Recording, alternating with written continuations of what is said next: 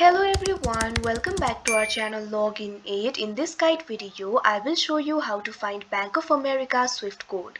So first of all, what you have to do is launch open any browser of your choice. So there are various ways to find the Swift code of Bank of America. I'll teach you the easiest ways. So the first thing that you can do is simply visit the remittance websites like Wise, Remitly, etc. You'll be able to search for the Swift codes over there.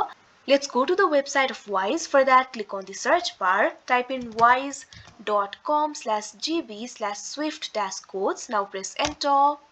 Now you can see over here you'll be led to the website of Wise. From here you'll be able to search for the Swift codes.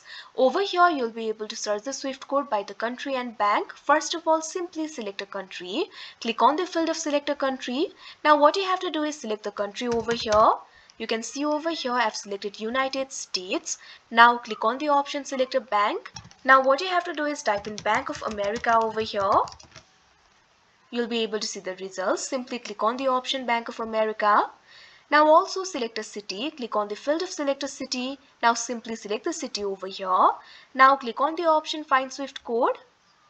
Now you'll be able to find the Swift code over here. You can also copy the code if you want. Simply click on the option Copy Code.